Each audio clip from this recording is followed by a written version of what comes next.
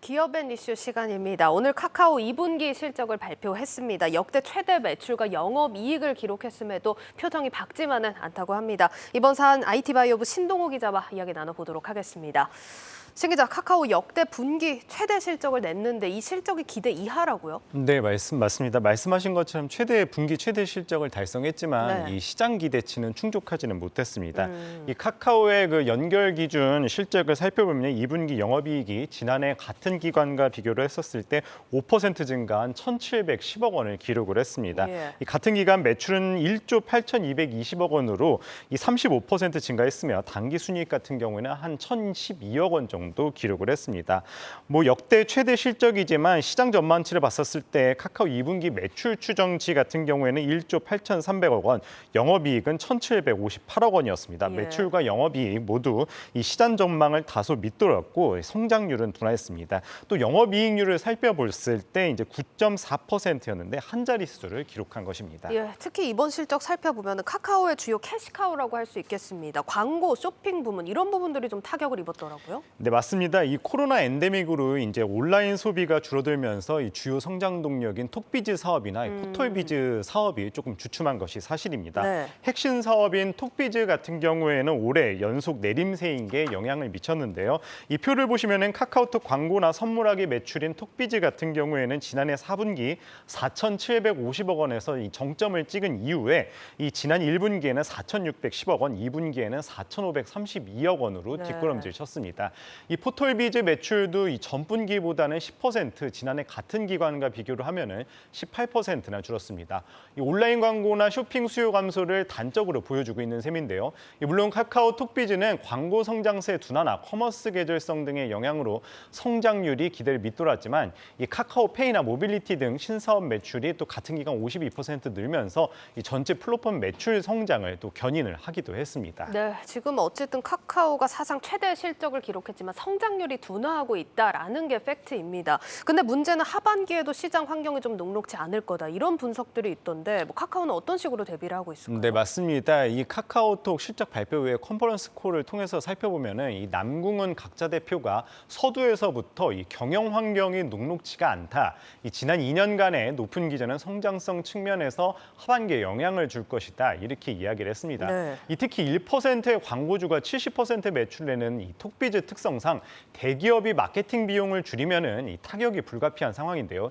이에 카카오가 하반기에 카카오톡을 본격적으로 개편을 합니다. 네. 아무래도 카카오는 카카오톡을 가장 잘하겠죠. 즉 가장 잘하는 것을 먼저 강화를 해서 내실 있는 성장에 집중하기로 한 셈입니다. 예, 들어보면 카카오톡 개편을 꽤 크게 할 예정인 것 같던데 어떤 식으로 개편이 이루어질까요? 네, 아무래도 대대적인 개편이 이루어질 것으로 보이는데요. 이 프로필을 강화를 해서 다른 이 SNS죠. 이 페이스북이나 인스타그램처럼 친구가 나의 상태 프로필에 엄지척 등을 누를 수 있고요. 또 이모티콘을 붙이는 식의 교류가 가능할 전망입니다.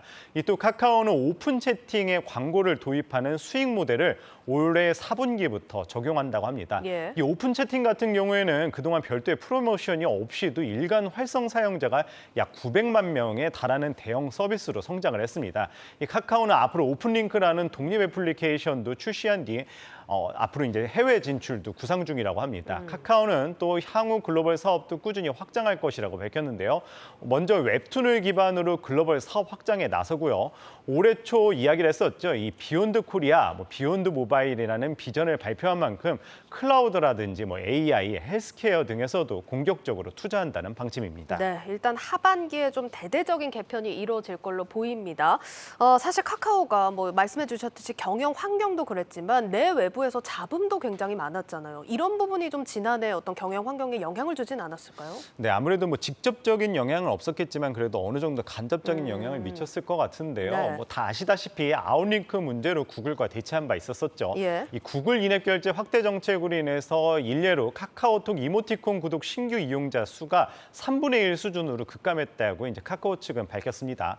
여기에 최근에 또 카카오 모빌리티 매각을 두고도 잡음이 나왔었죠. 예. 이 당초 카카오의 혁신과 성장을 위한 방안 중 하나의 선택지로 일부 이 지분 매각을 하려 했지만 현재는 이 카카오 측에서 한 발 물러난 상태입니다.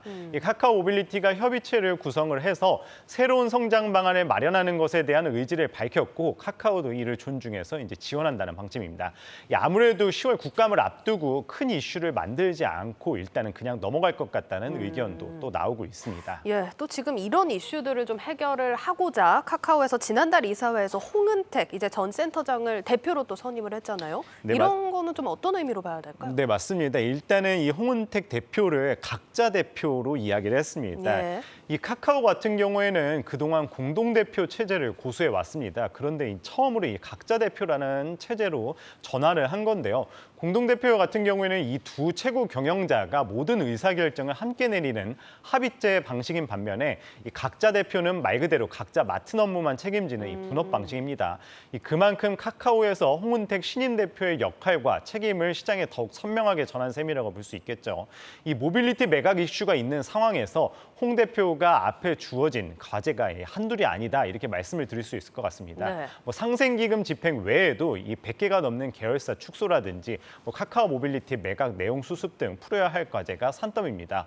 업계 일각에서는 이제 ESG 경영을 강화하는데 ESG 중에서도 G인 이 거버넌스 부분이 홍 대표에게 가장 어려운 숙제가 될 거다 이런 관측도 나오고 있는 상황입니다. 네, 카카오 하반기부터 본격적인 좀 돌파구를 찾는 움직임이 나올 것으로 보이는 만큼 지켜볼 필요가 있겠습니다. IT 바이오부 신동호 기자였습니다.